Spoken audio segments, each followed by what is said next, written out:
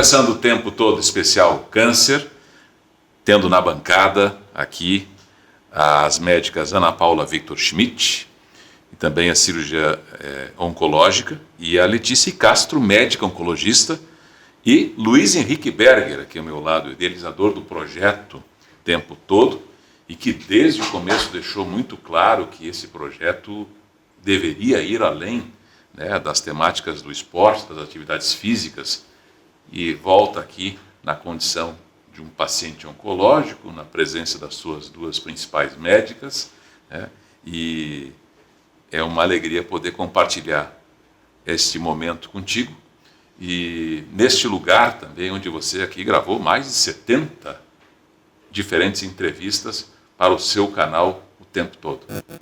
Aqui na Casa da Terra Vermelha, isso mesmo. Terra Vermelha. Isso mesmo.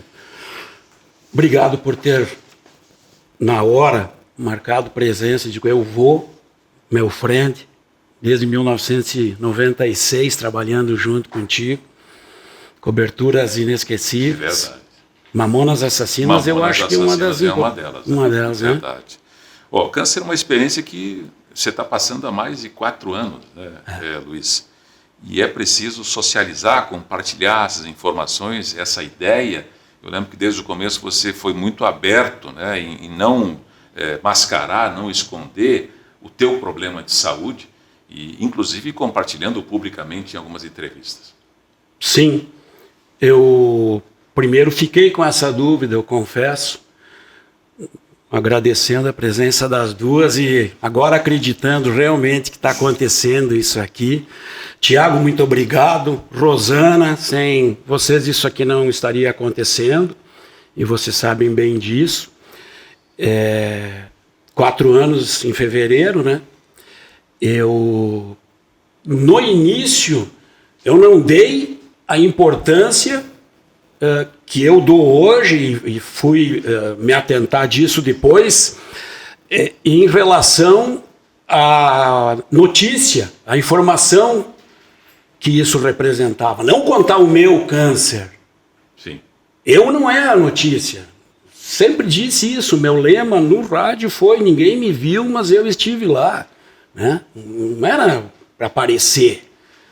E no início, bom, todo mundo conhece dezenas, centenas de pessoas, tem amigo, tem familiar com câncer. Então, eu era mais um. Quando eu vejo que as pessoas começam a perguntar, começam a demonstrar que sabem muito pouco, vendo o empenho, e vou citar das duas, usando rede social para alertar, eu chego cansado de ouvir e ver a doutora Ana Paula me avisar para passar o protetor solar, que vai dar problema, né? A Letícia gravando seus vídeos para dizer que 30% dá para evitar com atividade física e alimentação saudável. Pô, se elas que são médicas estão fazendo isso, aí tem os famosos que fazem, né, aquela divulgação só do seu câncer. Eu não queria isso, eu queria era contar, alertar, que a pergunta que vem muito seguido, vinha no começo assim, era muito mesmo, de curiosidades básicas sobre o que é o PSA. Eu tenho que tratar disso também, eu tenho que falar disso. Eu tinha uma preocupação daí, que era não me vitimizar com isso. Não passar a ideia e não me transformar. Esses dias fiz uma postagem e ela passou essa ideia. Eu escrevi, peguei uma frase lá, eu não li Leon Tolstói, mas ele disse que se você sente dor, você está vivo. Se você sente a dor do outro, é porque você é um ser humano. Comecei a receber mensagem, parecia que tinha dado recado para os amigos, me esqueceram. Isso eu tento cuidar, né? Porque eu não sou vítima de nada. Tá? Eu não perdi guerra e não vou perder, eu não batalho contra doença alguma, eu convivo com isso, tá? E enfrentou muito bem isso desde o começo, eu sou testemunha disso. Não abriu o chão, não teve esse lance. Foi muito resiliente o chão e ainda continua sendo. O chão sumiu sob os seus pés, né? O Camisa cantando Marcelo Nova. Não, claro que... Depois a gente fala disso, quando a Letícia avisa que eu vou ter que passar por uma cirurgia, que é um câncer que não tem nenhuma relação com o primeiro. Que foi o de próstata. É. Não, o segundo, o das vias biliares. Sim. Não, o primeiro, já tinha passado e encarei numa boa. Já está de prova. E daí no segundo, que a gente vai para Letícia indica a doutora Ana Paula, a gente vai lá e tem um relato assim do que vai ser a cirurgia. Daí, claro, uma preocupação, mas levantar da cama de noite, ter que ir para a janela, para a sacada, há 4 anos, assim que bate o pavor, não vê saída. Não. Imortalidade é outro time. Não gosto nem desse termo imortal. Fazendo referência ao tricolor, né? Isso é coisa de vampiro. Isso não tem nada a ver comigo. Para quem conhece o Luiz, ele é colorado e desde sempre, né? Então, por isso essa referência ao imortal tricolor. Mas você descobriu primeiro, começou com a questão do PSA, que isso começou a subir, aí descobriu primeiro o câncer na região da próstata. Você não teve o benefício de conseguir fazer uma intervenção cirúrgica ali, que é o caso de muitas pessoas. Já tinha avançado. Já tinha avançado, mas isso é um assunto que até as gurias podem... Vamos falar depois. Quem sabe. Já é passado. Agora o tratamento segue. E aí passou por radioterapia, hormonioterapia e quimioterapia agora. Não, hormônio não. Não, né, Letícia? Sim. Você usa bloqueador do hormônio. É esse o nome daí? Se chamar hormonioterapia. Sempre aprendendo. Estou estudando, não sei se tu sabe, depois eu te falo. Esse é um Há aspecto 4 também anos interessante. usando o bloqueador do hormônio. Né? Daí é hormonioterapia, não sabia nem o nome disso. Também aprendo todo dia. Mas pesquisa muito, né? Pesquisa. Como jornalista interessado, né, na questão e como portador de um tipo de enfermidade. É muito bacana tu pesquisar. Buscar, né? A doutora Ana Paula mandou para minha mulher um vídeo, não da minha cirurgia, mas de uma cirurgia semelhante. Cara, olhei aquilo umas 60 vezes já, para me pegando, para entender aquilo. Não dava para entender no começo. Na próxima eu te chamo para ajudar. Já sei agora quantos cânceres tem nos ductos biliares, quais são. Externo, interno, colédoco, distal, é o meu, era o meu. Não. E para entender o que era o score de Gleason, passei uma semana batendo cabeça. Vamos lá. Para a gente começar pelo começo, né? As pessoas sempre querem saber o que é o câncer e comumente a gente acaba tendo a informação de que é um crescimento desordenado das células, enfim, né? Mas a gente queria saber um pouquinho mais, nesse início de bate-papo aqui, como isso se dá, como é que se desorganiza, né? Que fatores fazem com que a célula se desorganize e surge ali um câncer que é diagnosticado por algum tipo de exame. Doutora Letícia. Eu vim pensando aqui, vim no carro pensando, né? Vou tentar não colocar o Luiz na mesa aqui, né? Eu acho também, mas... me perdoe se isso acontecer eventualmente. Mas ele já se colocou. Mas, enfim, né? O que é o câncer? Então, tu mesmo falou, a referência do INCA, né? Que é o crescimento desordenado das células. Então, a partir de algum estímulo, algum erro ali na multiplicação das células, né? A nossa célula está programada para, se tiver algum erro, ela morrer, né? Enfim, né? Ser eliminada. E aí, se a gente tem alguma mutação, alguma alteração genética, essa célula que está errada ali não vai morrer e vai continuar se reproduzindo, crescendo e se espalhando, enfim, tornando metástase e tudo mais. Então, quais são os estímulos que podem causar essas mutações genéticas, né?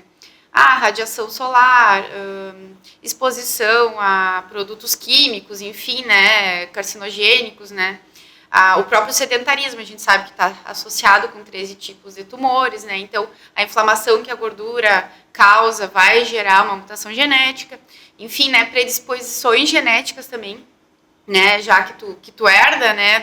Enfim, familiares, né? Que não são a maioria dos casos, mas também são fatores que fazem essas mutações gerarem o câncer, né? Mais ou menos por aí que começa a história. Nada mais é que alterações celulares e que, se desorganizadas, acabam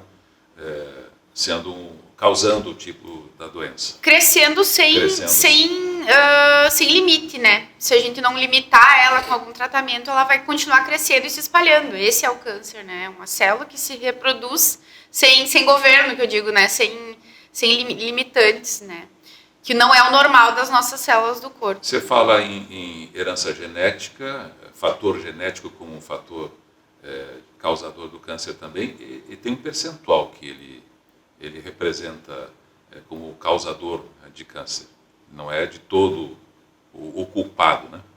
Sim, é a minoria. Eu acho que a Ana, que tem uma especialização em genética, e pode até falar um pouquinho mais. Eu ouvi falar de 30%, é isso? Dentro do que a gente tem de estatística hoje é em torno de 15. Mas é uma área que vem crescendo. Muitos pacientes não são investigados a fundo, então a gente não tem aquele dado genético para saber se teve uma mutação herdada ou não. Possivelmente esse número não seja exatamente 15%. Mas não necessariamente alguém que tenha uma mutação genética herdada vai desenvolver o câncer. Aliás, eu acho importante falar que câncer é uma palavra que a gente usa para designar em torno de mais de 100 doenças que podem ter um comportamento, uma agressividade diferente dependendo do seu tipo, de qual tecido, de qual órgão, onde que está. E então não é uma doença única, né? Tem os tumores que são mais indolentes, tem os que são mais agressivos ou que têm um potencial diferente. E isso também tem diferença conforme o momento em que é feito o diagnóstico. Então, as pessoas entendem câncer muitas vezes como algo único, mas não, são várias doenças que podem ter um comportamento diferente, mas que todas elas se originam desse surgimento, desse crescimento anormal das células. Se a gente vai estudar a fundo a oncogênese, o nosso corpo tem inúmeros mecanismos, como a Letícia falou, de bloquear esse crescimento anormal. Então, é uma coisinha ali que, por alguma razão, saiu do eixo e conseguiu proliferar. Então, é a partir disso que se desenvolve a doença. E o organismo nem sempre consegue frear ou não consegue frear na velocidade suficiente. Então, essas falhas podem ser por alguma coisa herdada, por algum gene responsável por fazer essa correção, mas também por questões ambientais, que é onde a gente tem a maioria dos casos. Seja por algumas coisas assim que podem atrapalhar, digamos, esse equilíbrio, esse momento de conseguir frear a tempo uma proliferação anormal das células. É o sedentarismo, é o tabagismo, é o etilismo, é estado muito inflamatório do organismo, um estresse que não é bem manejado, uma imunidade que está prejudicada por alguma razão. É um prejuízo do equilíbrio do funcionamento normal do nosso corpo. Então, ali escapa uma célula que prolifera. Como é multifatorial, né? O câncer, a causa do câncer é multifatorial, ela se dá geralmente por um fator, ou ela se dá por uma soma, pode se dar por uma soma de fatores também? Tua pergunta já responde, né? Uma soma de fatores, na maioria das vezes. Na maioria das vezes. É muito difícil uma coisa sozinha ser responsável. Só genético, não. É não muito vai difícil ser só isso genético. acontecer. Vai ser sempre por uma soma. A genética é talvez um fator que um fator que predispõe. Mas ele não é uma sentença, não é... Até porque tem várias possíveis alterações genéticas que podem aumentar essa chance em diferentes proporções. Então, mas é difícil, são poucos os casos em que, assim, tem a mutação, com certeza vai ter o câncer, ou uma chance muito alta que vai ter o câncer. A maioria das vezes existe uma associação. Então, é aquela pessoa que tem uma tendência familiar e seus outros hábitos, aqueles fatores que estão sob o seu controle, ela não maneja. Ela não busca um estilo de vida saudável, fuma, consome bebida de álcool e assim vai. O fator da herança genética é um fator não controlável, né? Os demais fatores são passíveis de serem controlados e trabalhar na linha da prevenção. É isso? Nem sempre a gente tem um fator que se explica, né? Exatamente, eu acho que também tem isso. A gente tem aqui é um fato importante, bem claro disso, né? Nunca bebi, nunca fumei. E assim, essas coisas que a gente ouve falar, né? Fumou a vida inteira, nunca teve nada, morreu com 200 anos de idade, né? Não é... Então, nem sempre a gente consegue dizer de onde veio, como aconteceu, né? Por isso que a gente estuda tanto para entender por que está acontecendo tanto e tão jovem, né? Mas acho que muitas vezes a gente não consegue ter um fator único assim que a gente possa dizer isso é disso, né? Vocês trabalham no Hospital de Clínicas de Juiz, junto ao CACOM também, né? E a Ana Paula na parte cirúrgica, né? A Letícia na parte clínica, né? De tratamento.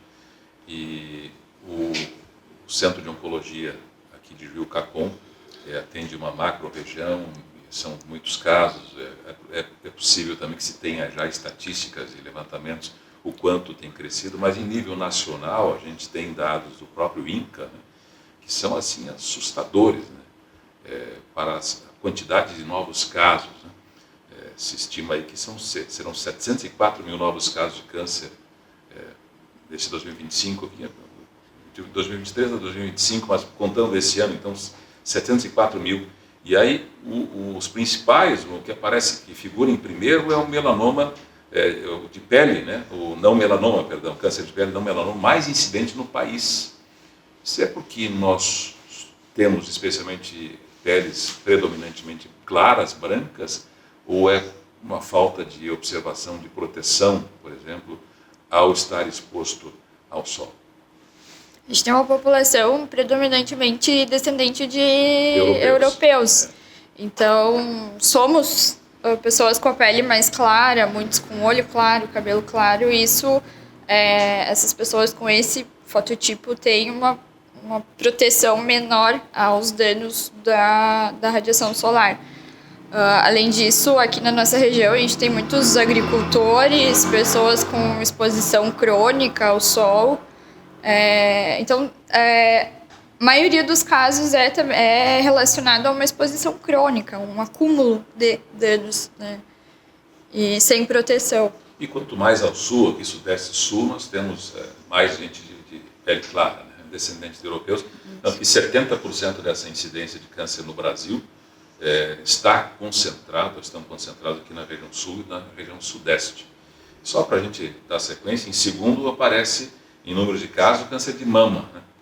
Mais de 73 mil. Depois de próstata, é o terceiro que aparece aí. Câncer de colo e reto, depois de pulmão e câncer de estômago. Estão entre os principais tipos de câncer. É o que vocês têm visto assim no dia a dia do consultório ou no tratamento? Ali nós temos os dados do CACOM do ano passado, né? Todo ano a gente tem as estatísticas ali. Claro que o CACOM pega uma região bastante abrangente, né? O único CACOM do interior do estado, então a gente é referência para uma série de municípios. Mas o primeiro, né, que assim, o câncer de pele não melanoma que você citou, ele é o mais comum, e ainda bem que ele é o mais comum, porque ele é mais tranquilo de tratar, ele é uma doença que costuma ter uma agressividade menor. Então, ele acaba nem entrando nas estatísticas do CACOM, porque acaba sendo tratado fora dali, né? Enfim, na atenção secundária e não na atenção terciária ali, que é o hospital de referência, né? Mas nós temos, então, mama como primeiro lugar ali. Ano passado foram 486 casos novos de câncer de mama, se não me engano, e mais de 1.800 em tratamento ativo. E de próstata, 280 casos novos só ali no CACOM. Então, fecha mais ou menos o que tu colocou, né? É mama, próstata, cólon, né? Colo retal. E colo de útero aparece em quarto lugar, que é uma coisa que me fere o coração, porque é uma doença que não precisava mais existir, né? É uma doença que é prevenível com a vacina do HPV.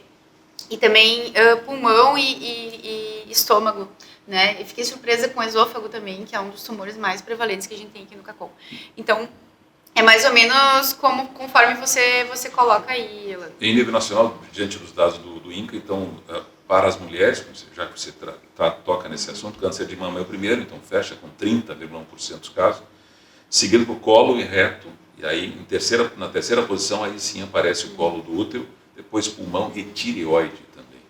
É um dos cânceres que são destacados pelo INCA.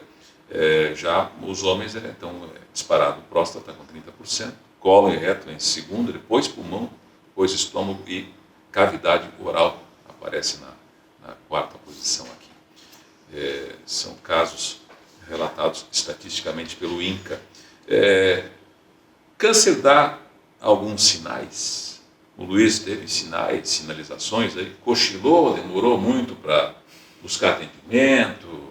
No primeiro não, no segundo alguns sinais, mas abrangentes, né, até chegar na ideia que era o câncer. Mas elas que respondem. Não, de próstata nada, não tinha nada. E como é que descobriu o câncer de próstata?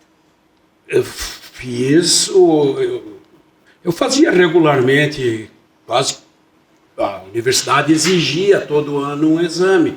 E o médico circulava quando vinha o PSA 2,91, 2,70, 13,90. Saí de lá e depois fiquei acho que uns 2 anos, 3, quem sabe, sem fazer. E daí o PSA deu 25. O doutor chamou.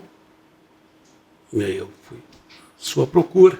Era algum tipo de exame de rotina do Tinha. trabalho? Periódico. Isso, exame periódico. E aí o médico do trabalho circulava, dizia que já estava alto. Né?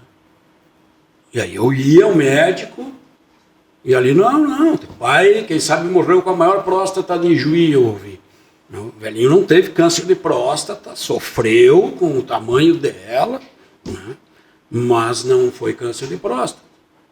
Foi no colédoco. E do segundo, como é que foi? Porque foi ali umas 2, 3 semanas. Isso aí não estava combinado de fazer tudo aqui. Pois é. Agora, Não, mas O momento da inversão. eu acho que isso, na verdade, eu sei, né? A gente viveu isso legal. junto, né? De certa forma. Sim. Mas é bem isso que o Luiz falou, né? E esse é muito bacana. Não, O câncer legal, de próstata fala. não dá sintoma, né? Não. O câncer de próstata E não dá outros? sintoma. E aí Outros outros dão eu ia falar do sintoma? segundo só. Sim, é por isso que a gente fala do quanto é importante as pessoas se conhecerem, né? Conhecerem o seu corpo, saberem o que é normal para ti ali, né? Enfim, se palpar e tal, e notar, né, que tem alguma coisa diferente acontecendo, né? Então, nódulo na mama, né? É uma coisa que tem bastante diagnóstico, mas a gente espera pegar esse nódulo não palpável, a gente espera rastrear o câncer de mama pela mamografia, né? Não esperar ele ser palpável, isso é uma meta, né?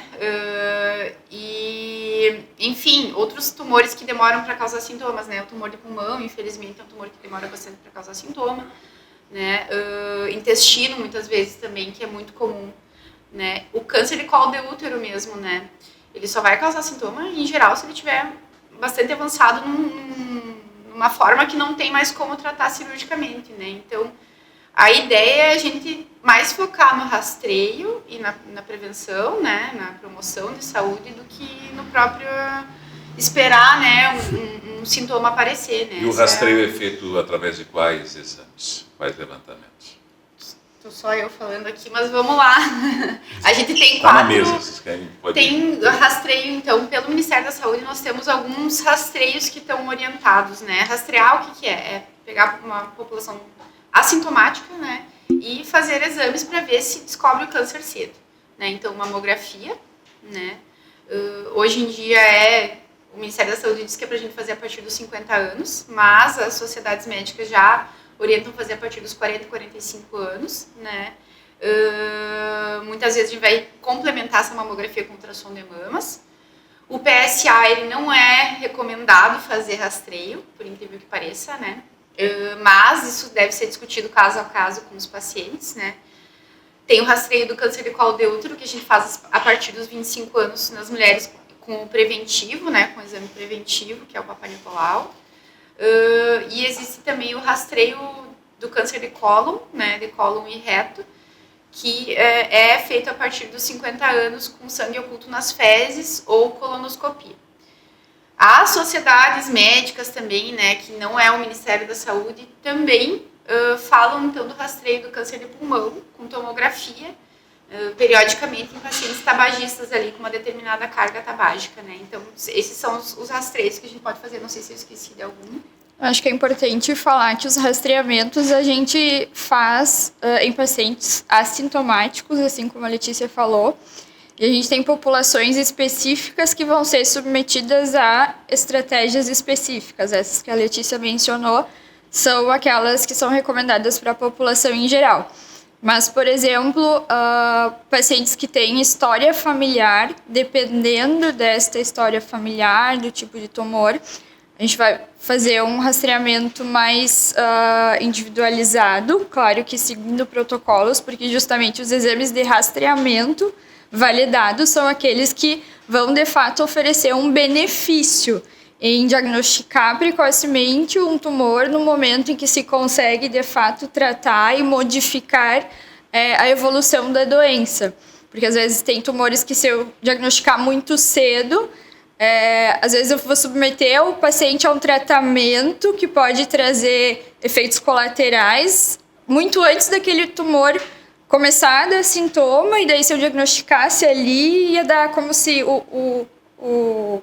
a conclusão das coisas seria muito semelhante, sendo que teve todo um custo de efeitos colaterais, enfim, até chegar assim, é como se não vai mudar o desfecho, enfim. Então, por isso que tem populações específicas para quem esses exames de rastreamento valem, tá? Por exemplo, tem uma faixa etária, as mulheres 45 anos, por aí, para fazer mamografia.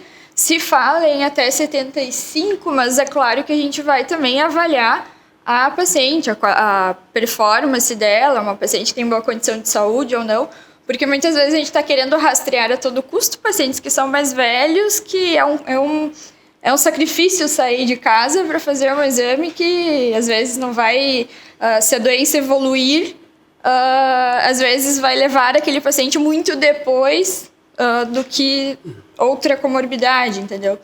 Então tem essas particularidades. Uma coisa que é importante é a questão da história familiar. Então, a gente vê bem prevalente assim para mama, para colo retal. Então, por exemplo, para pacientes que têm histórico familiar de câncer de intestino na família, em familiares jovens, idealmente se começaria a rastrear 10 anos antes da idade do diagnóstico daquele paciente mais jovem. Então, ainda tem alguns refinamentos desses rastreamentos, e a própria história familiar dá dicas para a gente. Quer dizer, um paciente que evolui com emagrecimento, começou a ficar amarelo, tem história familiar de um tumor de via biliar. Eu preciso estar atento, prestar atenção, investigar logo o que está acontecendo. Não, às vezes, presumir que não é nada, vamos esperar mais um pouco. Então, a história familiar nos traz um dado muito importante, às vezes, para eu valorizar um sintoma inespecífico, ou que pareça inespecífico, mais cedo. Sobre cirurgia oncológica, né? Você é cirurgia oncológica, as cirurgias são mais complexas sempre que as demais cirurgias, e quais os casos, ou em que casos são passíveis de passarem por uma intervenção cirúrgica para extirpar o tumor? Eu acho que em termos de complexidade é uma abordagem diferente das demais cirurgias. Não vou falar que é mais complexo, mas assim, a gente tem alguns objetivos que devem ser cumpridos nas cirurgias, e para cada tipo de cirurgia vai ter algumas diferenças. Por exemplo, eu tenho que ter uma margem livre, eu tenho que precisa ser viável fazer uma ressecção completa do tumor. Para a maioria dos tipos de tumores, não vai ter benefício eu fazer a cirurgia se tiver doença à distância. Se eu for fazer uma ressecção incompleta, em muitos casos é quase a mesma coisa que não fazer. Então, precisa ser muito bem avaliada a questão de ser tecnicamente viável e o paciente aguentar aquela cirurgia também, né? Então, são algumas abordagens diferentes, assim, em relação à cirurgia oncológica, diferente das demais, que não são por Mas tumores. tem algumas que são complexas e mais extensas. O caso do nosso amigo... A cirurgia do Luiz foi uma duodenopancreatectomia. Essa é uma das cirurgias mais complexas, oncológicas de abdômen. Uma das mais complexas. Uma das mais complexas, que a gente mexe numa área anatômica que tem muitas estruturas, a gente precisa conseguir remover o tumor com segurança, com margens. É uma área que eu não consigo tirar só o tumor, eu preciso tirar estruturas que estão ali envolvendo a área do tumor. Uma margem de segurança. Com uma margem de segurança, e também por ali não é anatomicamente viável eu tirar só o tumor. A gente precisa tirar, por exemplo, o duodeno, o colédoco, a vesícula biliar, a cabeça do pâncreas, e depois a gente precisa reconstruir ali a anatomia para restabelecer, né, o fluxo. Ela me desmanchou e depois montou de novo. Isso é bacana. É bacana, sim. Tem que ter muito conhecimento. Eu gostei de uma abordagem do meu sobrinho, Rodrigo, que disse: a minha preocupação quando começou a cirurgia é que avisasse uma hora depois que tinha terminado. Enquanto não terminava, era a garantia de que estava indo bem, porque ele sabia que ela era demorada, né? Se começou 1h30, se avisassem às 2h30, 3, que já tinha terminado, é que podia empacotar. O que às vezes pode acontecer é que, por mais que a gente tenha os exames de imagem, mas nem sempre ele nos dá 100% de precisão. Pode acontecer no momento em que a gente entra, né, no abdômen, e se identificar que tem alguma doença à distância que não foi possível detectar antes pelos exames de imagem, e aí eu não acrescento benefício em completar a cirurgia, porque ele já tem uma doença mais avançada, que a doença pode progredir logo a seguir. Então, são casos que a gente não completa toda essa ressecção, e aí encaminha para um oncologista clínico para ele poder começar a quimioterapia, que é onde o paciente vai ter maior controle da doença. Muito bem. Sobre pacientes, falamos bastante sobre a doença, vamos falar ainda depois sobre o que tem de novo, o que tem de mais esperançoso. A gente também vai falar de coisas boas, né?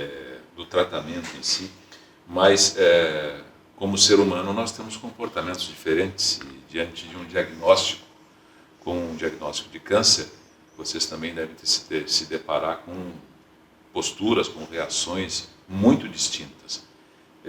Tem algum perfil médio de como se comporta o paciente que é diagnosticado com câncer? E aí o Luiz lembrava das figuras famosas que expõem e acabam dizendo: sumiu o chão debaixo dos meus pés, enfim, que tipo de reações vocês têm verificado em consultório ou no atendimento a pacientes que estão diagnosticados com câncer? A gente vê de tudo, né? Mas assim, como tu falou, né, um perfil médio, né? Como um diagnóstico de câncer é um luto, de certa forma, de algumas coisas, né? É uma notícia difícil. Tem as fases do luto ali que a gente já conhece, né? E eu acho que cada pessoa vai ter ali uma reação diferente, como você falou, né? Mas a gente vê surpresa, né? Mas acho que a menor das vezes a gente vê surpresa, né? Porque quando a pessoa em geral chega para ti ali, é porque já tem, né, algum tipo de noção da coisa, né? Em geral as pessoas querem saber. Eu acho que isso é muito importante, as pessoas querem saber, né? Às vezes a família vem ali pedindo para que a gente não conte, para que a gente não fale, né? Mas isso é uma grande ilusão, porque geralmente a pessoa quer saber e tem o direito de saber, né? Ou ela sabe muito bem, mas às vezes não verbaliza ou não quer que a gente diga, assim, né, com todas as letras. É muito variável, eu não consigo falar numa média, porque acho que é muito variável. Mas tem paciente que levanta e vai embora do consultório? Não quero saber de tratamento, não quero cirurgia. É raro acontecer, eu acho que é a minoria, assim. Tem a barganha, né?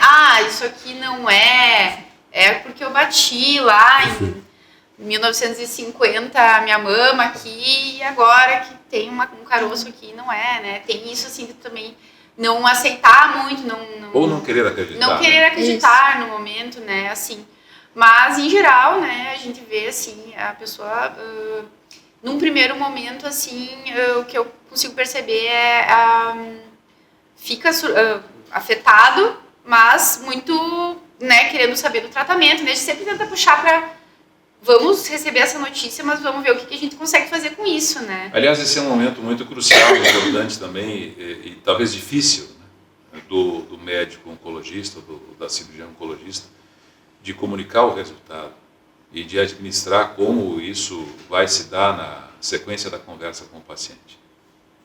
Eu acho que é muito importante a gente conhecer o paciente, né? Saber com quem que a gente está falando, para ver como que a gente vai falar, né?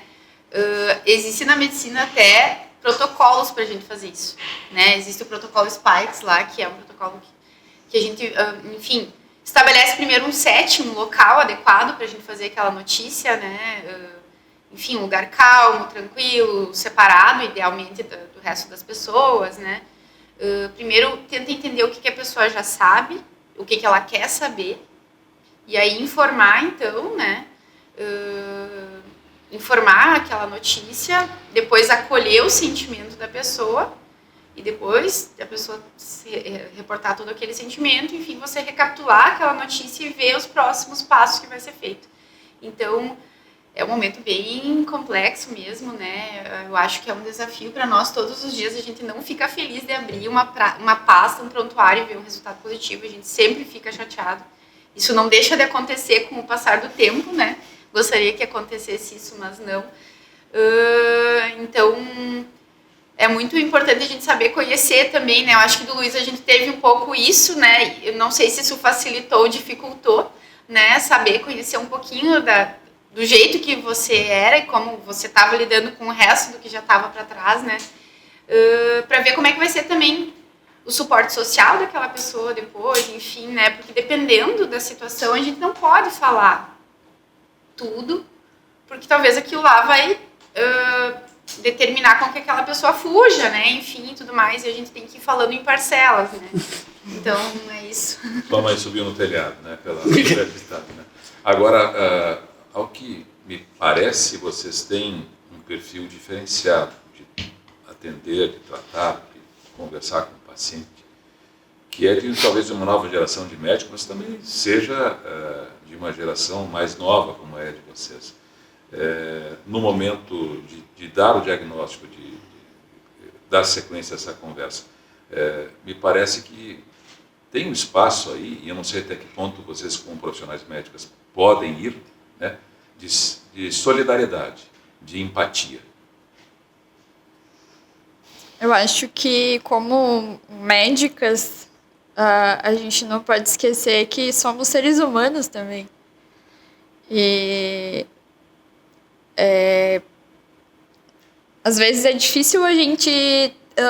se fala muito, por exemplo, na faculdade, em relação à empatia, se colocar no lugar do outro.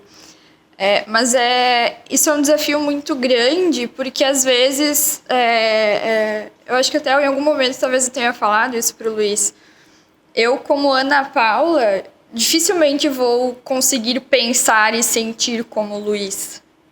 É outra história de vida, são outras experiências, então pode ser uma certa prepotência eu querer ficar no lugar do Luiz.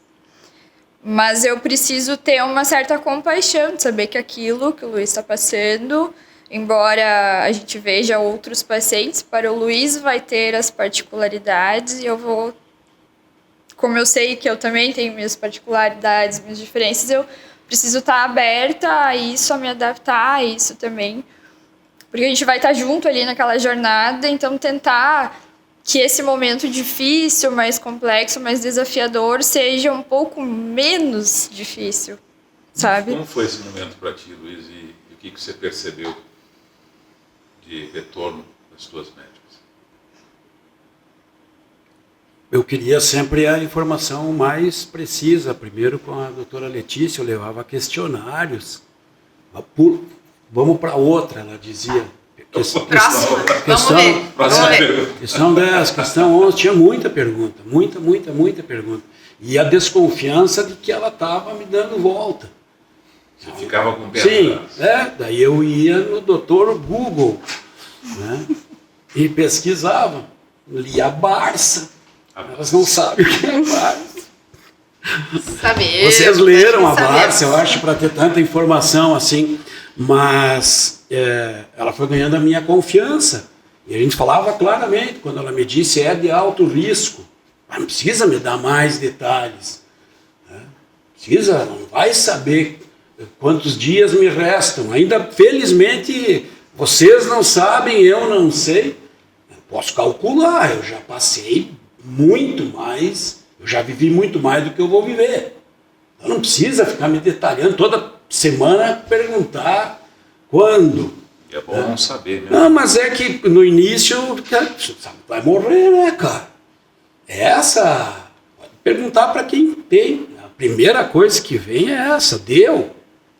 Né? E aí começa a acordar ali e se dá conta que tem tratamento, vão brigar, não é gripe, é câncer, frase. Depois, a clareza, eu não conhecia ela. A Letícia indicou vários que eu sigo, né? E a gente vai ficar abraçado aí até a aposentadoria dela. Não precisa. Até eu ia dizer, essa coisa de... Claro, tem minha mãe com 95, a gente não quer que aconteça. Mas, cara, eu já vivi tanta coisa. É uma vida suficientemente longa. Essa coisa de que o tempo escorreu pelos dedos, que nem areia, e onde é que estão os anos 80 que eu vivi? Nós estamos lá atrás, faz um tempão. Tô falando sério, cara, não tô... Mas olha, claro que tinha algumas coisas para fazer, mas... e não estou me conformando com isso, só... Aí voltando, a gente é apresentado para uma moça que chega lá, correndo no consultório, que não era dia de consulta, mas a Letícia conseguiu, porque eu estava muito mal, né? Fraco, melhor dizendo. E daí ela vai com muita segurança. Tu não pensa em falar com o Bambambam lá antes, fazer... A cirurgia é assim, mostrou. Se ela mostra o vídeo antes, não sei se... Se tu encarava... Não. Encarava de novo. Teve durante os 30 dias essa fístula. E ela veio claramente e disse, a gente estava junto, se isso aqui não melhorar, vamos abrir, vamos fazer outra cirurgia. Essa é uma cirurgia que, por ser muito complexa, a gente pode ter várias possíveis complicações de variados graus. Então, eu funciono preferindo explicar ao paciente como é o procedimento e o que se pode esperar depois, porque isso me dá mais tranquilidade, e eu acho que para o paciente também, que se a gente se pega numa situação de ter uma complicação, assim, o paciente está sabendo que aquilo podia acontecer, que eu tô atenta, que eu estou acompanhando, que eu tenho estratégias para lidar com isso. Então, assim, aquela coisa de, não, vamos lá, eu sei, sabe? Eu faço, matou no peito e eu vou fazer. Só que é grandioso, às mas vezes, eu vou fazer. Assim, às vezes se eu me questiono, porque será que em algumas situações talvez o paciente não queira saber. O paciente quer ser paciente, quer ficar ali passivo, só que eu acho que isso traz tanto o paciente quanto a família até para aquela expectativa de não, vamos em frente, vamos melhorar, não, tá bom, assim, tá acontecendo, podia acontecer, mas vamos lá, sabe? É a maneira como eu acabo preferindo, né, explicar bem para o paciente, porque tem pacientes que não ocorre nada, tem pacientes que ocorrem, mas rapidamente recupera. Tem situações em que eu acho que eu já vi as diversas possibilidades de coisas que podem acontecer nesse pós-operatório, e tem outro paciente que acontece alguma coisa, eu aprendo mais alguma coisa nova. Então, Mas assim, eu acho que a comunicação é muito importante nesses casos. E uma cirurgia dessa complexidade, desse grau de complexidade, te exige quantos colegas auxiliando e de que especialidades? Nós trabalhamos numa equipe de 3 cirurgiões. Eu, o Dr. Lucas Zanini e o Dr. Érico Cadori. 8 horas em pé. Mais ou menos. 6 a 8. Na do Luiz estávamos os 3. Né? Tem os tempos cirúrgicos que a gente acaba estando todos. Outros, aquele momento, um pode sair um pouquinho, voltar, enfim. Mas a gente geralmente está entre 2 ou 3, pelo menos. Tá? Os 2 são cirurgiões oncológicos também. Então, a gente mais ou menos já tem o caminho. Vocês têm uma rotina bastante pesada, né? Por tratar doenças que, por vezes, não conseguem ser vencidas com o tratamento que está disponível, né, para a cura, para o combate da doença, né? Acredito que também, como vocês são pessoas, seres humanos, como a doutora Ana Paula citou aqui também, são afetados emocionalmente, né? E conseguem ter uma vida normal, tranquila, chega em casa, desliga, aperta o botão aqui, ou leva muita coisa junto para casa, isso afeta vocês? Como é que é essa parte mais de bastidores ou de vida pessoal e familiar? Eu acho que muitas vezes entra a questão do cansaço físico e mental, com certeza. Mas eu acho que a gente tem um lado bonito da oncologia, que é como a gente se depara com isso, que não somos imortais, não é? Não. Essa confrontação com essa situação de vida mais frágil, eu acho que nos leva a ver as coisas de um modo diferente. Antes foi perguntado das diferentes reações dos pacientes. E às vezes acontece, por exemplo, de vir algum paciente com alguma doença já avançada, paciente muito idoso, que não tem performance mais para fazer um bom tratamento ou tratamento completo. E a gente vê diferentes posturas. E uma que mexe muito comigo é aquela pessoa que tem uma sensação de uma vida bem vivida, como se tá tudo bem. Assim, teve da vida o que pôde, o que conseguiu. Não tem arrependimentos. Não tem arrependimentos, não deixou nada assim atrasado. Tá? E outra coisa que a gente vê muito nos pacientes e que de certa forma me emociona, eu acho bonito, são aqueles pacientes que, diante dessa situação, ganham uma gana pela vida, uma vontade de fazer as coisas, uma força, um outro olhar. A pessoa se vê apressada para viver, para fazer as coisas. Sabe, isso é bonito. Acho que a gente devia não precisar da doença para ter esse tipo de sentimento. Então, isso nos ensina muito. E eu acho que isso traz um lado muito bom daí de trabalhar com oncologia.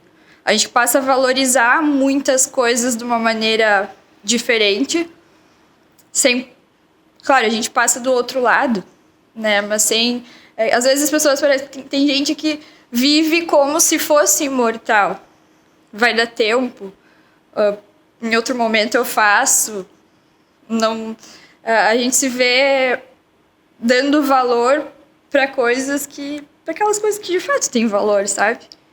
Então isso é uma coisa bonita também dos diagnósticos, das maneiras como os pacientes encaram às vezes o diagnóstico. E você, Letícia? Eu acho, me coloco também na situação da Ana aí, acho bem emocionante realmente, né? E o legal é assim, a gente criar um vínculo mesmo, né? A gente tá lá trabalhando, é diferente de ir lá tomar um chimarrão, né? Mas, de certa forma, principalmente para nós, eu acho, clínicos, né? A gente vê aquela pessoa a cada 15 dias, a cada 20 dias, quando vem nas consultas para fazer o tratamento, né? Então a gente cria um vínculo, a gente conhece uma pessoa diferente, a gente tá... enfim, como a Ana falou, eu não tô do lado de lá da mesa, eu não tô vivendo o que tu tá vivendo, mas eu tô sentindo ali contigo, né? A gente não deixa de viver isso, então O lado de cada mesa sente também, né? A gente leva para casa, assim, as coisas, a gente fica triste. Tem dias que são muito pesados, tem dias que a gente não gostaria de dar aquelas notícias. Aquela pessoa que a gente gosta, que a gente criou um vínculo, às vezes vai ter alguma pior e a gente fica triste, né? Mas eu acho que essa gana de viver, sim, é uma coisa muito importante. Eu ainda tenho medo do câncer, eu não acho que é tranquilo, né? Então, a gana de viver, de querer me cuidar, de querer fazer as coisas certas para poder viver melhor, né? E também dar o exemplo, eu acho, né? Também é uma coisa que passa pelos bastidores aí, assim. As perdas mexem com vocês. Com certeza, meu Deus, sempre mexe, desde sempre mexeram, né? E as vitórias, então, quando um paciente vem dizer que está fazendo exercício físico, meu Deus, isso é muito legal, dá uma vontade de chorar de alegria mesmo, assim, quando tá... Ou quando vem uma tomografia que tá normal, tá limpa. Meu Deus, que felicidade, né? Então, a gente realmente comemora, assim. Ouvimos dizer na faculdade que não era para chorar, mas às vezes a gente chora, né? Às vezes a gente chora. Tem que estar um pouquinho mais firme que o paciente, mas... É um desafio muito grande a gente associar ser um médico, ser humano, mas conseguir ser técnico ao mesmo tempo. Ter uma decisão racional e técnica. É uma linha tênue. É uma linha muito tênue, porque, por exemplo, nós ficamos 30 e poucos dias, conversávamos todo dia, batíamos papo de vários assuntos aleatórios, às vezes, para quebrar o gelo, mas tinha horas assim, que eu precisava estar atenta ao aspecto médico. E óbvio que ele criando um vínculo, eu não queria que o Luiz piorasse, eu não queria precisar reabordar, mas eu não podia ter, ao mesmo tempo, assim, eu não podia ter pena de indicar caso fosse necessário. Então, assim, é realmente um desafio muito grande. Mas, ao mesmo tempo, assim, não é o mais legal da nossa área. Às vezes, nossa, como é que tu aguenta aquela cirurgia demorada, não sei o que, pois tô cansada. Mas, assim, o mais bacana é isso. Hoje estamos aqui com o Luiz, tendo esse bate-papo, um paciente que a gente acompanha, tem uma história legal por trás. É isso que faz valer a pena, sabe? E, como a Leite falou, às vezes o paciente, de repente, ele enxerga que está vivo e começa a se cuidar, vai fazer exercício, melhor estilo de vida, melhor alimentação e, quando vê, está vivendo muito melhor depois do diagnóstico do que antes. Então, isso é muito legal. Então, tem os lados bonitos também, né? Tem os lados desafiadores. Furar o chão do poliesportivo agora, Luiz, tá? Acho que é para socar aquele chão do poliesportivo, ela cobra muito a questão da atividade física. Luiz, que a vida inteira foi esportista, né?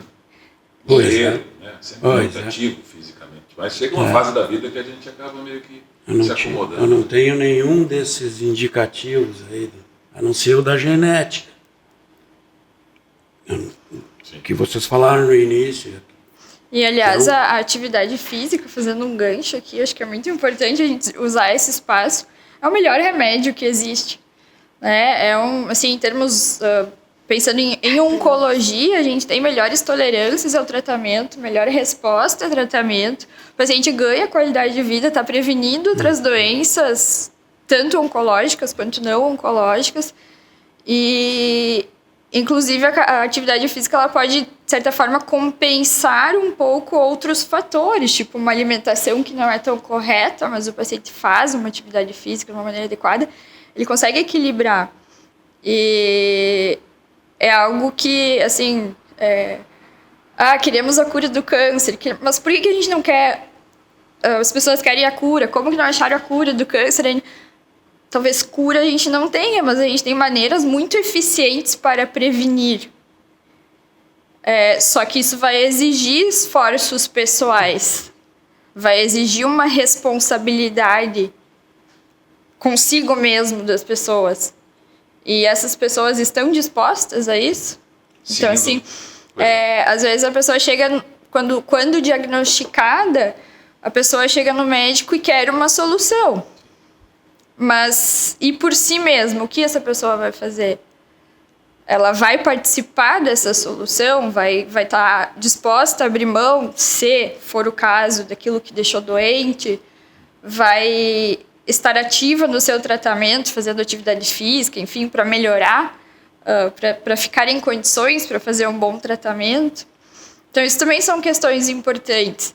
E até mesmo não é um autocuidado somente, porque uma pessoa que fica doente, ela vai possivelmente ser hospitalizada ou ser submetida a um tratamento prolongado, que alguém da família vai ter que abrir mão das suas coisas para estar junto. Então não é só um autocuidado, não é só um amor próprio, é um cuidado também com aqueles que estão conosco. Isso passa pela alimentação saudável, passa além da prática de exercícios físicos. Com certeza. A alimentação está associada com vários carcinógenos que a gente vê nitrito, nitrato, enfim, conservantes, né? A gente já sabe, tem coisas que já estão lá na lista dos produtos carcinogênicos, né? Então a alimentação faz diferença, né? A carne vermelha está associada com câncer do intestino, né? Enfim, o consumo excessivo da carne vermelha, que é uma coisa que a gente tem muito aqui culturalmente, né? O gaúcho macho, ele tem que comer carne 5 vezes por semana, né? Tem que ser o churrasco. Carne vermelha, né? Queimada, especialmente. Queimada, né? No carvão, né? Então, é tudo de bom pro câncer, né? O churrasco, enfim. Mas eu também gosto de comer carne, né? Enfim. A gente não vai dizer para as pessoas pararem, mas quem sabe o frango é mais barato, né? Na verdade, é tudo em moderação. Não que não se possa, mas acho que a moderação é a chave do sucesso em alimentação e tudo mais. E hoje a gente, pela praticidade, na correria do dia a dia, muitas vezes se consome muitos alimentos muito processados, alimentos industrializados, que vão estar cheios de aditivos que, assim, o nosso organismo não tem nem adaptação evolutiva para esse tipo de substância, né? Entendeu? Vezes, o clube social com a embalagem verde para achar que é, né, fitness ali. Mas eu acho que essa questão da comida é muito legal, porque o câncer do intestino está assustadoramente aumentando muito em jovens, né? Então, com certeza tem alguma coisa que a gente está comendo que não está certa, né? E é motivo de estudo, né, de todas as revistas, enfim, internacionais, nacionais, né, investigar por que os jovens estão tendo diagnósticos tão precoces, né, de câncer de intestino, câncer gástrico, enfim, né. Na sua opinião, tem a ver com os ultraprocessados? Com certeza tem a ver, na minha opinião e na opinião dos estudiosos, né. Mas eu acho que ainda não se conseguiu, é muito difícil determinar isso causa aquilo, né, em alimentação, porque são hábitos de populações, né. Então é muito difícil eles separar para estudar uma coisa. Mas, com certeza, isso tem a ver. E eu acho que deve ser muito difícil, porque, às vezes, será que as pessoas estão dispostas a reconhecerem que estão levando um estilo de vida que não, assim, que está realmente, não está comendo bem, que não está fazendo atividade física de uma maneira adequada? Assim, é uma linha muito difícil e se faz um questionário, sabe? Às vezes é mais fácil a pessoa dizer, não, eu tive esse câncer porque eu bati. Mas tem a questão social, né? São vários aspectos. A questão social dos privilégios também, né? De poder fazer exercício físico, isso, de poder comer uma fruta, né? De poder ter o tempo para preparar o alimento, né? Que seria o ideal, né? Os privilégios sociais, né? Infelizmente, não é a realidade para todos. Os processados são feitos para serem mais baratos, né? E a alimentação de verdade muitas vezes se torna mais cara. É um aspecto importante que se levanta, a questão social, né? Ligado ao econômico. Só falta dizer que a Corona Zero, que tem vitamina C e D, também está fora. Está fora? Olha lá. Sempre foi liberada a Corona Zero álcool aqui, eu nunca falei que não. Com vitamina agora C e D. Não sabia que tinha, eu vi na propaganda que tinha D, né? A Sol agora veio com a Sol Zero, veio com vitamina C e D. Mas, a propaganda é um negócio muito forte, né? E aliás, a propósito, o álcool ou o cigarro é mais nocivo? Eu acho que o cigarro está mais relacionado, se for Essa é uma proporcionalmente. pergunta muito... Mas é que uma coisa está junto com a outra, né? Mas eu acho que o cigarro está mais associado a mais tipos diferentes de tumores do que o álcool. Mas em geral eles vêm juntos, né? Vai na UTI, fica uns dias na UTI, vê os colegas do lado. Mas é importante sem ar, também que dizendo em associação os dois é muito alto, tanto que eles aumentam a chance, o risco. A gente vê muito isso, por exemplo, em tumores do carcinoma espinocelular do esôfago, por exemplo, tumor de cabeça e pescoço, em associação, e é frequente essa associação, infelizmente, aqui na nossa região. Eles têm um potencial muito grande, assim, é quase que uma certeza que em algum momento algo vai surgir, a não ser que o paciente tenha um problema maior antes. É uma bomba relógio. É uma bomba relógio. Associação dos dois. Isso. Cigarro e álcool. E em relação ao álcool, por exemplo, é muito difícil a gente conseguir quantificar também. Porque muitas vezes a gente... e não estou dizendo assim... Embora existam artigos aí que digam que o melhor em relação ao álcool é 0, né? Não vou... Eu posso mencionar esse artigo, mas não vou dizer assim, não, você não pode beber nunca mais. O importante é ter moderação. Mas é muito difícil a gente, às vezes, entender o que é o que é uma quantidade saudável, uma quantidade que não vai ser prejudicial. A obesidade é um fator preponderante assim, para o desencadeamento de câncer? 13 tipos de tumores estão 13 associados. tipos de tumores associados. Agora, eu não sei se eu vou saber te dizer todos os 13, mas com certeza absoluta a obesidade é um fator que predispõe ao câncer, além das outras doenças. Né? E o porquê? Porque o excesso de adiposidade vai gerar uma inflamação, né, nas células ali, vai causar mutações genéticas, né, vai predispor ali a ter mais inflamação e essas proteínas de inflamação vão fazer mais mutação genética também, vai alterar os teus hormônios, vai aumentar o teu hormônio do crescimento, que vai fazer tu ter mais mutação genética também, né, então tem várias coisas que interferem na célula lá. A gordura interfere na célula e vai gerar esse crescimento desorganizado que a gente falou lá no início. Nesse sentido, o colesterol alto, o triglicerídeo alto também são fatores? Colesterol alto e triglicerídeo alto demonstra que a pessoa tem muita gordura no sangue. Né? Então, não é fator... É uma coisa que é do conjunto. É do conjunto, né? Não é que isso vai causar, mas é um dos indícios de que alimentação, ali, obesidade estão acontecendo.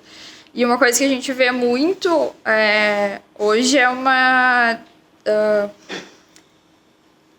os pacientes, eles têm, mesmo pacientes com, assim, não parecem obesos, mas são pacientes que têm uma constituição mais de tecido adiposo, né? Mesmo que não tenha, não seja obeso, não seja um paciente grande, se fala, por exemplo, em obesidade sarcopênica, um paciente que parece bem nutrido, mas lhe faltam músculos, por exemplo. E para um paciente que vai passar por um tratamento, seja oncológico, um paciente que vai ser internado por qualquer razão, o músculo é como se fosse a principal reserva do organismo e que vai favorecer uma recuperação, uma melhor resposta a tratamento, tudo mais. Então, isso também... Para isso, a gente precisa, né, manter um certo nível de atividade física. Então, às vezes, a gente olha para um paciente que parece saudável, mas ele tem predomínio de tecido adiposo, tem gordura visceral. Embora pareça, esse paciente não tem uma boa reserva, uma reserva de qualidade para passar por um estresse metabólico maior, de uma maneira mais tranquila. É mais importante que ele seja ativo, pode ser obeso, mas que seja ativo, né?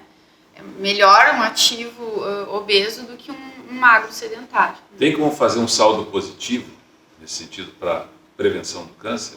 De você fazer uma prática de exercício com regularidade, daqui a tantos anos à frente, eu tenho esse saldo lá? Sim, tem uma prescrição bem determinada aí, né, de exercício físico que tu pode fazer para te deixar de ser sedentário. Então, o número é 150 minutos por semana, né, de uma atividade de moderada intensa, né, que é uma atividade que tu tem dificuldade de conversar com a pessoa que está do lado. Então, tu tem que estar um pouco ofegante para ser moderado, pelo menos. Então, a partir desse 150 moderado por semana, é que tu deixa de ser sedentário e tu consegue prevenir mais pra frente eventos cardiovasculares, câncer, enfim. É importante fazer um saldo, né? Sim, uma reservinha. E eu acho que aí também não é só a questão de prevenção de câncer, a gente está falando aí de prevenção de quase todas as outras doenças que, se a gente entrar lá no hospital e ver as razões de vários pacientes estarem internados, cardiovasculares, todas, renais, enfim. Fora que, podendo escolher em sua consciência, gostaríamos todos de, na velhice, conseguir ter autonomia. Conseguir tomar banho sozinho, levantar da privada sozinho, fazer seus cuidados pessoais. Então, isso se constrói muitos anos antes. Não é no momento que eu chegar lá eu vou tentar resolver. A gente precisa dessa construção, não só falando em prevenção de câncer. Novidades no tratamento do câncer. Esperança para os pacientes diagnosticados com algum tipo de câncer. Tem pesquisa, que o HCI continua com a pesquisa clínica, né? Nós temos a cada pouco novos medicamentos, tem novos tratamentos. O que a gente pode mencionar de mais novo, de mais moderno, de esperançoso, para que a gente possa também, de certa forma, oferecer algo de positivo, algo de esperançoso para quem está nessa situação? Que bom que a gente pode falar sobre isso, né? Assim, a pesquisa clínica, então, é uma coisa que só cresce, né? Ainda bem, né? Pena que é muito fomentado só pela indústria, que enfim, os órgãos governamentais não fomentam mais a pesquisa também, mas basicamente, então, descobrir novas moléculas, entender melhor o câncer, entender melhor a genética do câncer. Eu acho que essa é a grande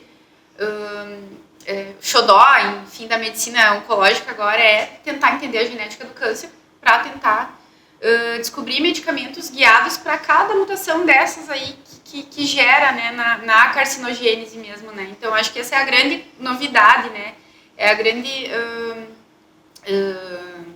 caldo ali das novidades, né, é isso aí, né, a genética do câncer, né. Então, por exemplo, doenças que há um tempo atrás, há 20 anos atrás, não tinha nada para fazer por aqueles pacientes. Hoje em dia a gente pode dizer que talvez até estejam curados, mesmo sendo estágio 4 metastáticos, né, o melanoma é um exemplo, né, que nos casos em que a imunoterapia, que é essa vacina do câncer, enfim, né, vulgo vacina do câncer que tem por aí, não é bem uma vacina, né, mas a imunoterapia, ela mudou a história da doença do melanoma, por exemplo, né, tem pacientes que são metastáticos e estão aí sem doença ativa há muitos anos usando imunoterapia, então que bom, né, que a gente tem essas outras alternativas, né, que é uma coisa que nos estimula muito a querer descobrir mais. É o que tem de mais moderno e avançado, de tratamento comprovado, a imunoterapia?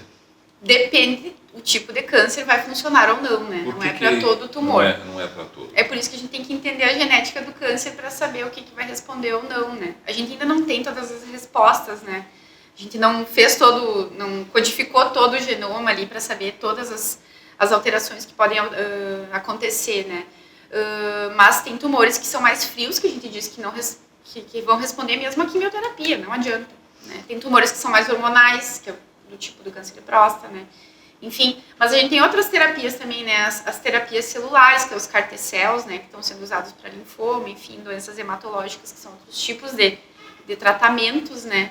Tem tratamentos com medicações radioativas, que a gente fala, né? Tem especialmente para câncer de próstata, a gente tem lá alguns medicamentos, que eu não vou fazer propaganda aqui, mas que também são uma novidade, enfim, né? Que são baseados, enfim, na radioatividade daquela molécula, enfim, né? E eu acho que isso aí só tende a crescer, né? A gente vê que todo dia a indústria, né, enfim, os pesquisadores, eles vão pensando em moléculas novas, e isso realmente acontece, né? É muito legal de ver. Só para a gente não deixar passar e para clarear para quem está nos assistindo, explicar um pouquinho mais do que se trata a imunoterapia, como é que ela é feita? Vamos lá, a imunoterapia é um pouco complexo de explicar, mas assim, o nosso corpo, então, o câncer, ele tem um jeitinho lá de passar pela nossa imunidade, né? Teoricamente, a nossa imunidade deveria pegar e matar o câncer, mas o câncer, ele dá um jeitinho. né? De passar por isso. Então, a imunoterapia, o que ela vai fazer? Ela vai tirar esse jeitinho, vai tirar as ferramentas que o câncer tem de vencer a nossa imunidade. Vai fazer com que a nossa imunidade consiga atingir o câncer, né? Vai fortalecer a nossa imunidade, digamos assim. Através de um medicamento? De através do medicamento, né? Um medicamento endovenoso que é feito periodicamente, enfim, né? Que vai estimular os nossos leucócitos a atacar o câncer. Basicamente é isso. Carticel que você falou? Como é que é essa? É uma terapia com células, né? Com células. São leucócitos que são injetados, enfim, na pessoa e tal, né? Mas... Eu acho só importante falar que nem todos os tipos de câncer têm essa alternativa. Tem resposta. Porque depende, como a Letícia falou, para ter iniciado aquele tumor, houve um mecanismo ali que falhou, então é onde, nas situações em que a gente identifica este mecanismo, é que a gente tem, então, a alternativa para aquela situação. Então, às vezes eu tenho, por exemplo, um melanoma num paciente e um melanoma no outro. Pode ser mesmo estadiamento, lesão no mesmo lugar, mas num eu posso usar com chance de resposta e no outro não. Então, assim, além, né, de câncer designar em torno de mais de 100 doenças que são de diferentes tecidos, ainda aí a gente tem mais algumas diferenciações, alguns detalhamentos, né, em que vai se poder aplicar ou não as diferentes terapias. Então, é uma área muito cheia de novidades e... Ainda bem. Mas são animadoras. Sim, com certeza. São animadoras, com certeza, e cada vez estão surgindo mais. Né, logo a gente deve ter alguma vacina aprovada? Já tem pesquisas bem Tem pesquisas adiantadas, com vacina, né? sim. Por enquanto, só o HPV. Por enquanto é o HPV que previne um câncer, né? E algo também que eu acho que é de se salientar é que a gente está tendo um surgimento acelerado de vários tratamentos, né, como a Leti falou, mas nem todo paciente, assim, por isso que, voltando ainda à questão dos hábitos de vida, do exercício físico, a gente precisa ter pacientes que possam tolerar esses tratamentos. Né? Às vezes o tratamento vai ser mais agressivo com o paciente do que a própria doença, e aí também é outra linha tênue em que a gente se pega eventualmente. Então, por isso que também as pessoas precisam ter um cuidado consigo mesmo, porque, assim, em relação a câncer, nem sempre é um problema tão grande diagnosticar um câncer. Se eu diagnostico ele no momento precoce, se eu tenho um paciente que tem condições de ser submetido ao melhor tratamento que podemos oferecer, as chances dele são muito boas. Nós, do jornalismo, gostamos de um cafezinho, né, Luiz?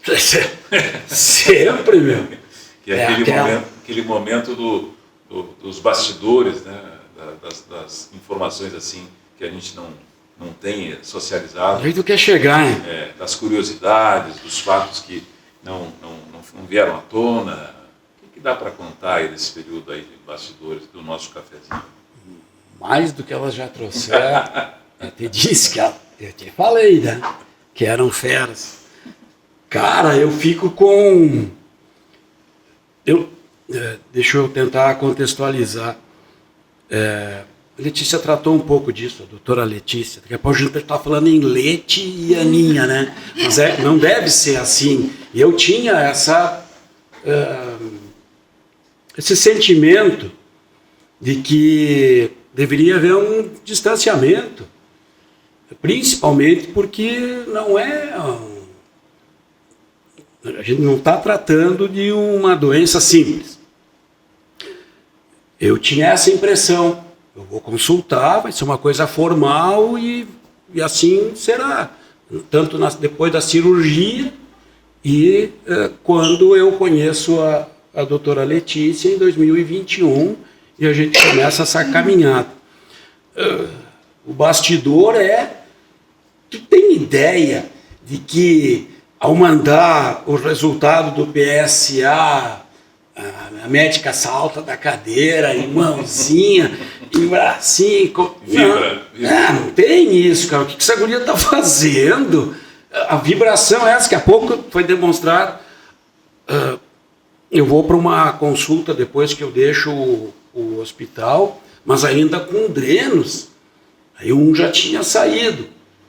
Aí ela toda cuidadosa fez a anestesia para tirar os pontos, para tem um termo bem bacana. Reposicionar, mas tinha um outro que eu adorava também. Tracionar. Tracionar o dreno, tu imagina. E aí quando ela cortou o último ponto, aquele dreno saltou, mas ela disse a palavra feliz. Tu não imagina como eu estou feliz com isso. E eu, mas o que tem essa guria? Então é um bastidor que, para mim, tem muito valor. Essa coisa do discurso, da empatia, que elas têm lá uma disciplina, né, que tem que se enxergar no outro. Putz, eu vivenciei isso, né, com as tuas. Né, e daí o outro bastidor é quando elas precisam explicar a dureza da vida, né? A vida é amarga, não é Meu Pequeno Príncipe, né?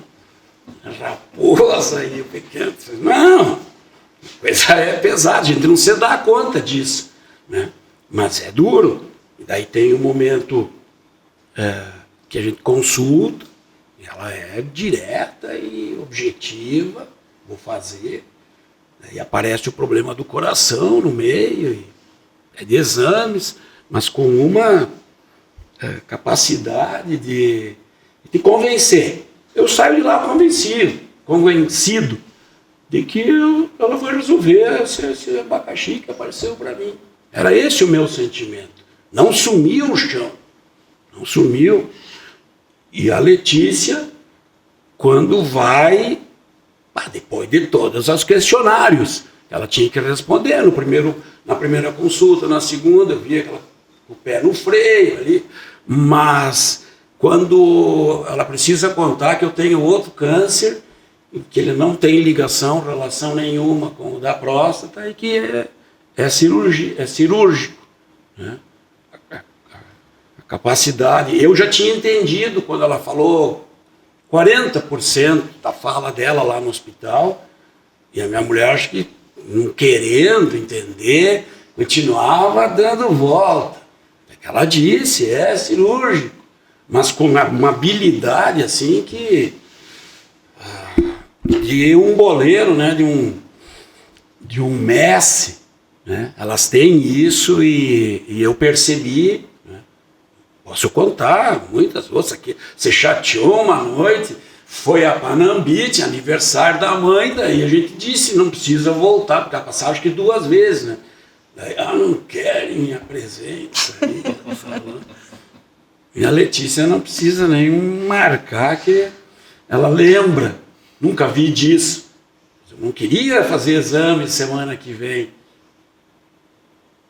Ela manda o calendário, tal dia tu tem exame, tal dia tem consulta, sexta tem de novo químio, vem aqui.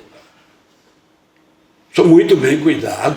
O quanto esse tipo de abordagem com o paciente contribui para a recuperação mais rápida ou para um sucesso maior do tratamento? Eu acho que sempre contribui, porque a pessoa tem que estar ciente das coisas que está fazendo ali, né? Então, esse relacionamento, essa preocupação é importante, porque a pessoa tem que estar sabendo o que ela está fazendo, é ela que vai receber o tratamento. Sim. Ela precisa saber. E se ela está orientada, na medida do possível que ela tem, o Luiz é uma pessoa, né, que tem todo o conhecimento que tem, enfim, né, uma pessoa super inteligente, né, comunicador, enfim, então é um desafio, sempre foi um desafio comunicar para o Luiz alguma coisa, né, mas eu acho que saber que a pessoa sabe, né, de tudo e que está ali se sentindo também cuidada, né? Eu vou querer me sentir cuidada, né? Como é importante se sentir cuidado quando tu tá frágil, né? Eu acho que isso é essencial, assim, para a pessoa poder seguir em frente, né? Seguir fazendo as coisas que precisa fazer.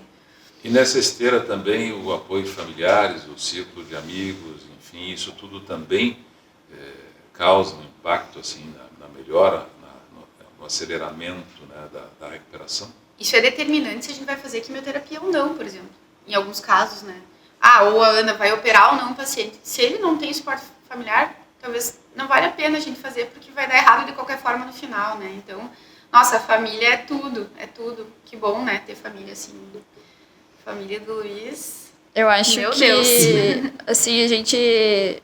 É óbvio que a gente estava com o objetivo principal ali de operar uma doença, fazer uma cirurgia, tirar um tumor, mas é muito importante lembrar, assim, eu não estou tratando o tumor do Luiz, eu estou tratando do Luiz que tem um tumor, porque isso tudo vai influenciar em todo o processo do Luiz que eu tenho que cuidar. O tumor é uma situação que a gente está mais objetivamente lidando com, mas acho que aquela sensação de, olha, eu não posso passar por isso por ti, não tem outra pessoa para colocar no teu lugar, mas a gente está junto, estamos juntos, vamos lá, não vai ficar desamparado.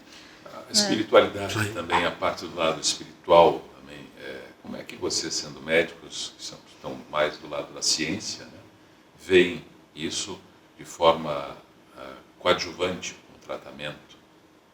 Não no sentido de sair, largar o tratamento e buscar uma cura fora, né, mas algo associado. Quero falar também, mas pode falar.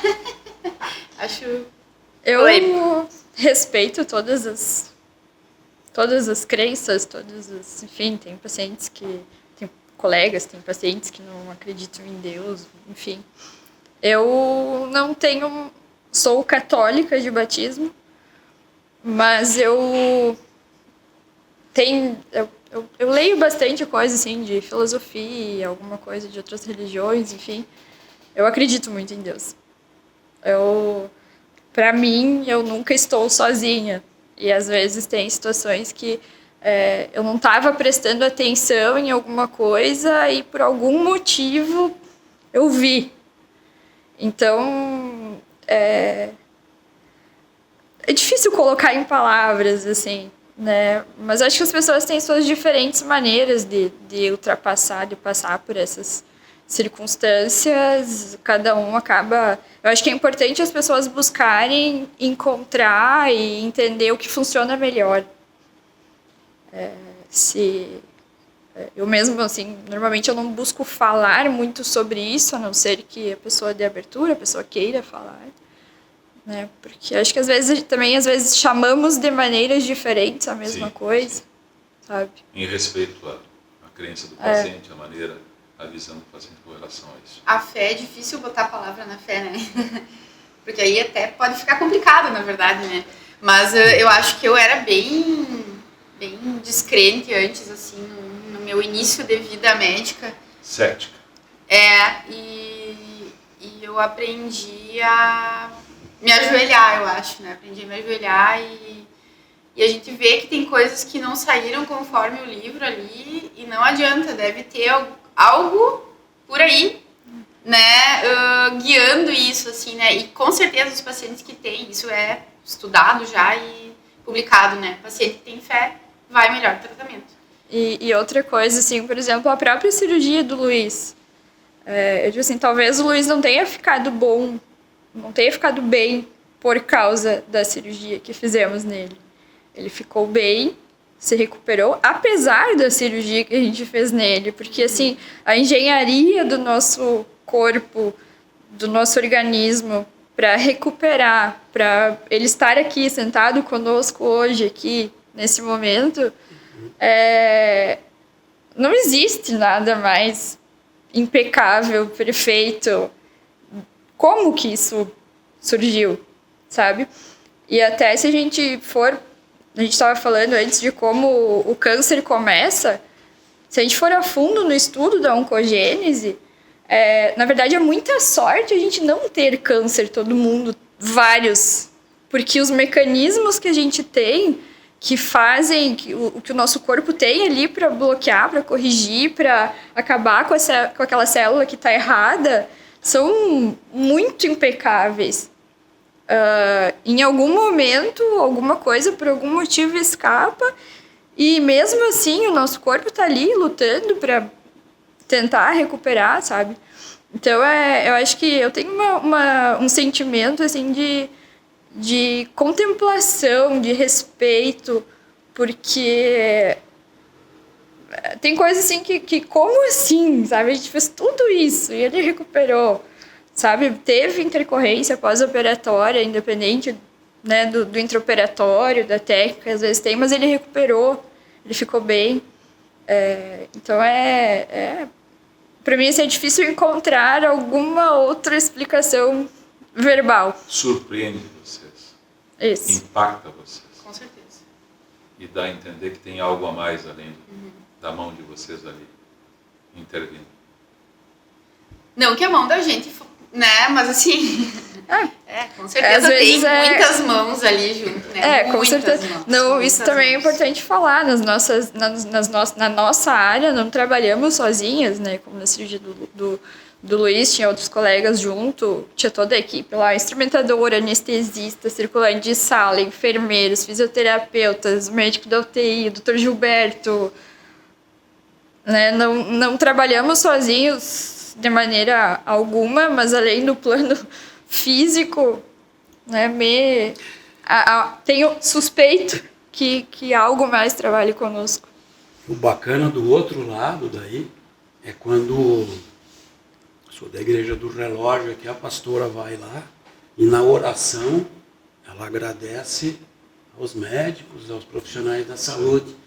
A religião, há um tempo atrás, não ia reconhecer que também o Luiz se recuperou. Os opostos. Ciência religiosa. Citando, agradecendo na oração, digo, olha aqui, aqui também temos uma novidade. Muito bom. Algo mais que você gostaria de relatar ou de perguntar para as suas médicas? Não. Só te confirmar o que eu te disse. Que ia valer a pena. Eu estou super feliz com isso. É um conteúdo inédito. Não sei se alguém fez isso. Eu não fiz pelo ineditismo, mas a ideia era permitir que elas falassem, né? As minhas médicas, as médicas para chamar de minhas, né? Mandei um texto outro dia do jornal O Globo para as duas, né? Que falava disso, né? Que por vezes se fala dessa nova geração, que não tem esse compromisso, esse comprometimento. Vocês ouvem isso também, né? E aí, puxa vida, eu tenho passado por cada comprometido e comprometida na minha vida agora de paciente. Sou paciente ainda? Sim. Esse é o nome. Tem que andar na linha. Paciente e às vezes impaciente, né? Mas paciente não por nada que tem esse nome, né? Porque muitas vezes tem que ter muita paciência. Mas também o paciente, como eu falo, ele não é uma criatura passiva em que a equipe trabalha e coordena, assim, né? Como no futebol, estamos todos jogando juntos no mesmo objetivo. Às vezes, né, pode ter alguma dificuldade, mas o objetivo é o mesmo e tem que estar todo mundo ali envolvido para aquele objetivo comum.